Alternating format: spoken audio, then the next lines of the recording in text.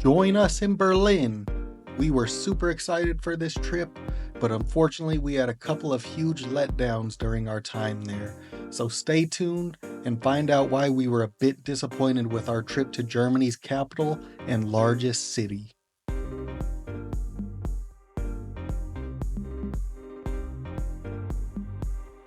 Now, the main purpose of our trip to Berlin was to see Sabrina Carpenter at the Uber Arena. With that in mind, we decided to stay at the Holiday Inn Berlin City Eastside Hotel. It is literally right next door and the perfect place to stay if you are attending a concert or event at the Uber Arena. The other perk is you can literally see the Eastside Gallery one street down from the hotel. So that is another convenient perk of staying in this area.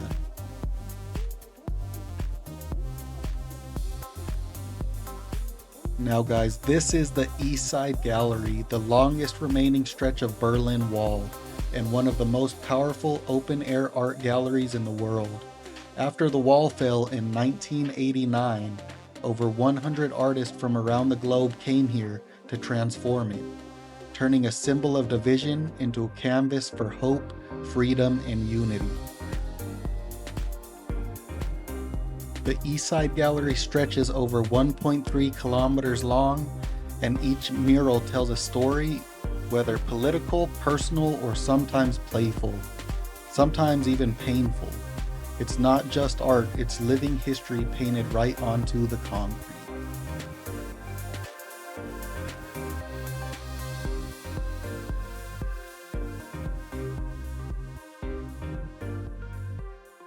One of the most famous images on the gallery is this: "My God, help me to survive this deadly love," often simply called the kiss, and as you can see, it's always crowded and packed with people.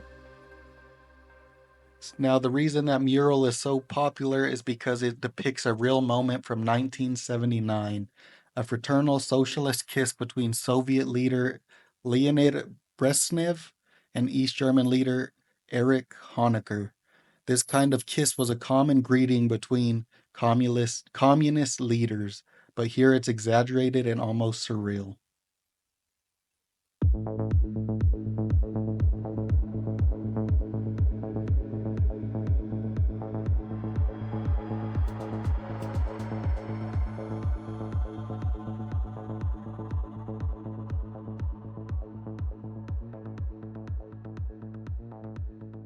Now, while we were exploring the Eastside Gallery, we came across these blue pipes running along the streets, and you see them pretty commonly around Berlin.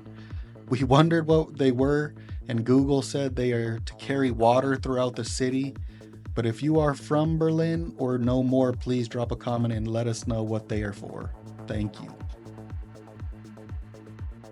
Now, before we started exploring more, we decided to grab pastries from a local bakery, and Rose fell in love with those donuts I had. They were amazing. A must stop for us was the Berlin Olympic Stadium, or Olympiastadion, a landmark where history, sport, and architecture come together in powerful ways. This stadium was originally built for the 1936 Summer Olympics hosted by Nazi Germany. Adolf Hitler intended the games to showcase the strength of the regime, but instead history was made when African-American athlete Jesse Owens won 4 gold medals, defying Hitler's racist propaganda right on this field. Now, over the decades, the stadium has been renovated and modernized, especially for the 2006 FIFA World Cup. And today it's a cutting-edge venue with a capacity for over 74,000 people. It's home to Hertha BSC, Berlin's top football club, and regularly hosts major events. And it also is hosting an NFL game this year for those looking to attend.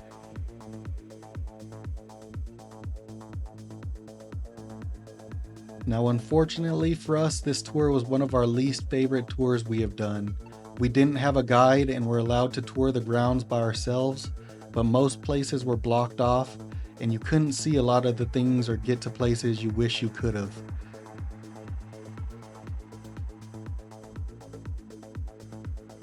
Now this bell is one of the last remaining pieces of history from this stadium, the original stadium I must say.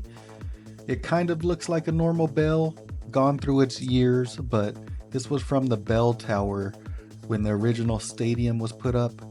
And there's one piece of history that you can really see on this bell that I'm going to show you in a second. And like most of the history style of things here in Berlin, they have to try to hide it or get rid of it.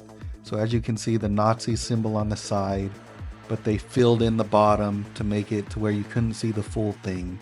So that was definitely something that was very cool to see in person. And the last thing we're going to take a look at here, you can see they got some monuments for some of the football players that did great things or maybe were greats on the team, local team here. Drop a comment below if you know any of these guys and who the best player is that you see with these hands or feet monuments they had at the stadium.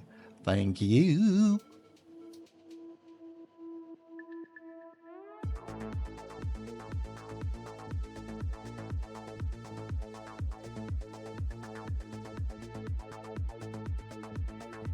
We unfortunately cannot recommend booking this tour. We do not think it was worth it.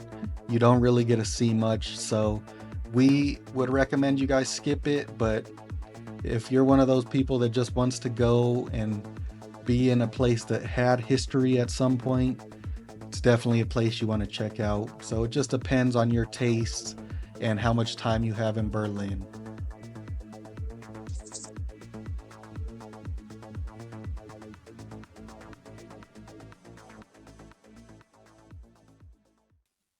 Next, we visited Charlottenburg Palace, Berlin's largest and most opulent surviving palace, and a stunning window into Prussian history. Look at my little dance.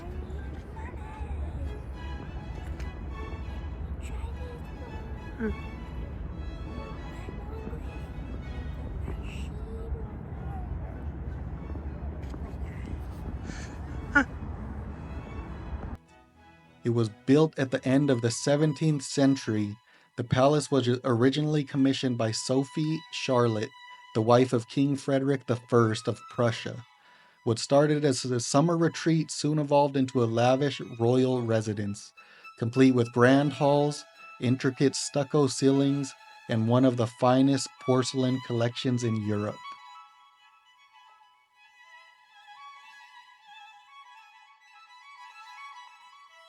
During World War II, the palace was heavily bombed. Much of its grand structure was reduced to rubble in the final years of the war. Fires destroyed entire wings, and what had once been a royal symbol of Prussia was nearly lost forever. But in the decades that followed, Berlin made a choice not to erase the past, but to rebuild it with care. Painstaking restoration efforts began in the 1950s and continued well into the 21st century. Using original plans, old photographs, and surviving fragments, they rebuilt the palace.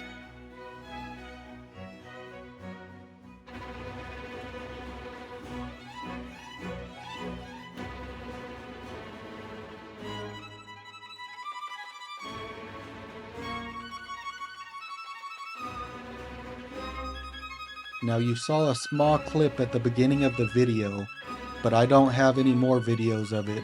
But don't miss the palace gardens. They are inspired by Versailles in France. Perfect for a quiet walk, a picnic, or simply soaking in the timeless atmosphere.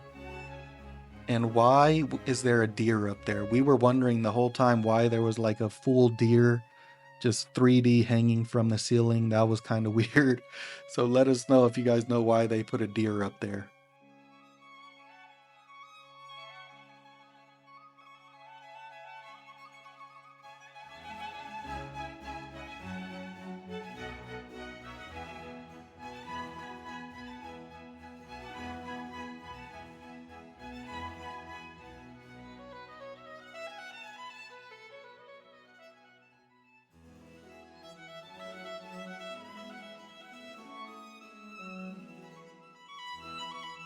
Quick selfie in the palace.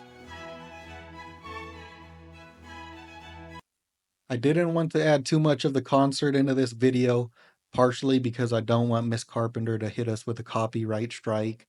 Sorry, Sabrina. But here's a tiny clip. The concert was great, and we highly recommend seeing her if you get the chance.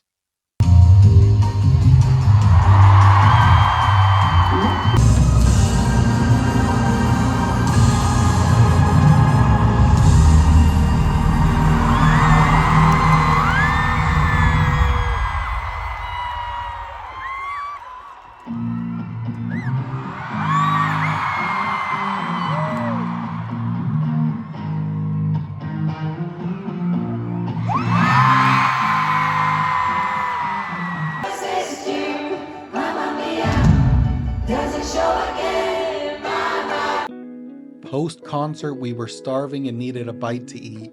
We tried to get food right outside the venue, but everything was packed. So we ordered Burgermeister for delivery to the hotel.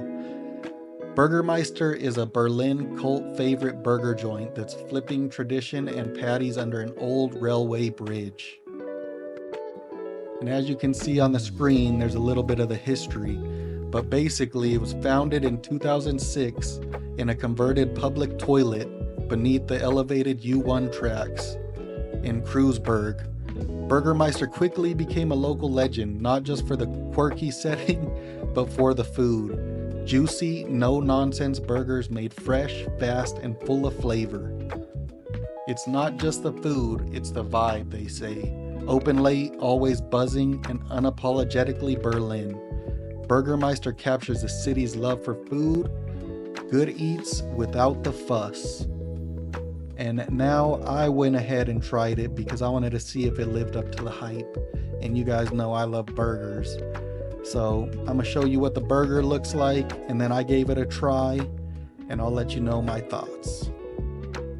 Now honestly, it don't look like much, but it was a decent burger for a cheap price, so I couldn't complain. Like they said, just no frills, a good bite with no fuss. It was quick, and then I also topped that off with a beer from the local Späti. And if you guys don't know what the Spätis are, they're pretty much 24-hour convenience stores in Berlin that sell beer, snacks, things like that. So I had to stop and check them out. Good beer. And if you've ever been to Germany, you know things close very early in most of Germany, so it was nice to have a place you could stop and get something.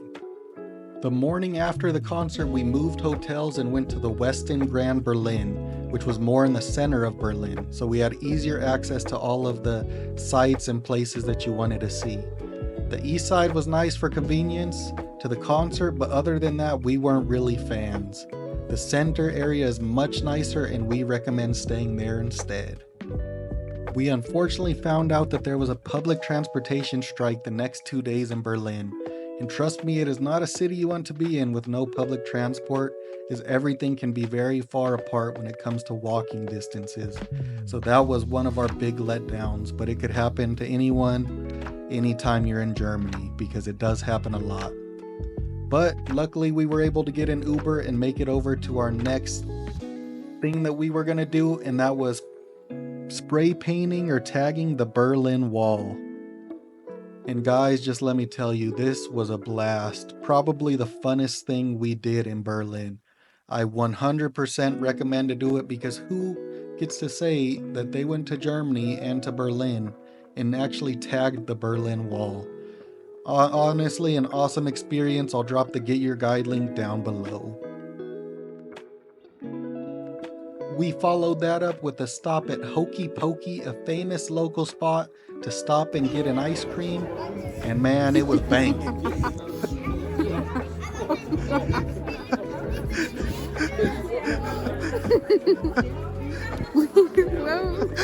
And now guys, we just wandered the streets around this area for a little while, and as you can see, we came across a ton of Berlin Wall memorials, artifacts, things of that nature, just explaining the history of the Berlin Wall.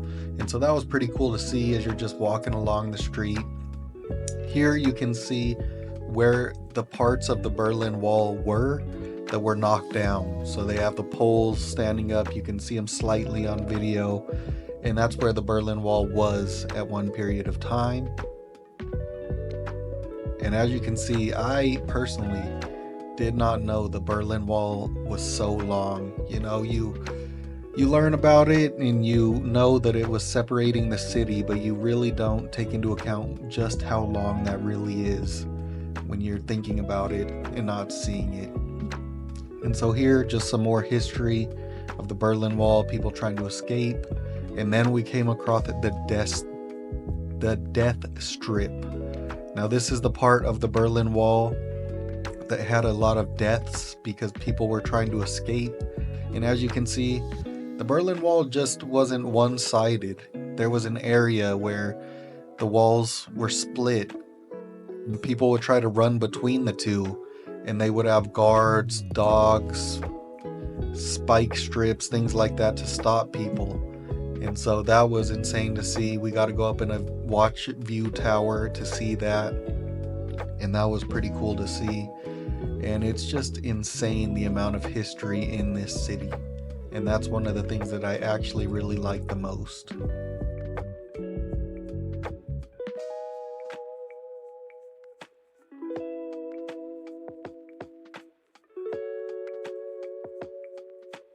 After putting in a ton of miles, we had to stop and get some food at this restaurant right by our hotel. And as you can see, we had to get the truffle pasta. Mamma mia, there I go again. Mama. It was delicious, by the way. After that, we headed over to Berliner Unterweltern. Sorry, Germans, I know I said that wrong. But anyways, we were doing a Berlin Wall underground tour. So they took us into a couple of the bunkers, and unfortunately I couldn't record in there, but they did let us record in this area where they were showing us some escape tunnels under the Berlin Wall. And as you guys can see at the end of this is an actual tunnel that people were using to escape under the Berlin Wall. Pretty crazy to see in person, and I highly recommend the tour just for the fact that you get to see an actual tunnel that was built under the Berlin Wall. Next, we had to go to Checkpoint Charlie. Everyone knows about Checkpoint Charlie. It's the touristy stop that everyone has to do, where you have the U.S. Army checkpoint, and that's where people would cross the border, per se, between the U.S. side and the Russian side of Berlin. So that was cool to see. Just a quick stop there. After that, we stopped at the Memorial to the Murdered Jews of Europe, which is the official name for this monument. It's a ton of big pillars. We didn't get to go inside the actual center, but they did have a place where you can check out more. And while in Berlin, you got to go look at the Brandenburg Gate, which is one of the most famous iconic monuments in Berlin. And then we looked at the town hall. Just jumping through pretty quick here, then we looked at the Soviet monument in Berlin, which was kind of crazy to see because obviously they were the enemies of Germany in the war. But, you know, just one of those interesting, cool things to see. And we thought it was a pretty cool monument. And, you know, we had to grab a bratwurst while we were in Berlin. We don't like currywurst, so we grabbed a bratwurst. And finally, we went and checked out the Fuhrer bunker, which was Hitler's bunker during World War II. And as you can see, it is now just a parking lot. They blew up the bunker, closed it down to show their distaste for what was done. And now it's just an apartment complex with a parking lot. And that's the history of the Hitler bunker now. That's one thing we kind of didn't like is I understand, you know, being ashamed of the past of the country, but you still want to see it and feel it, you know, when you're there in person. They did have a Hitler bunker museum, but it wasn't the real thing. And finally, we stopped at the Topographie of Terror, which pretty much explained the SS and the police force of the Nazi era. Very cool museum. I believe it was free, so you just go in and check it out. Tons of history, And that was a really cool museum to see while we were in Berlin. And that's all, guys. Thank you guys for watching the video. Please like and subscribe, and go check out some of our other videos if you like this one. We appreciate you. Peace.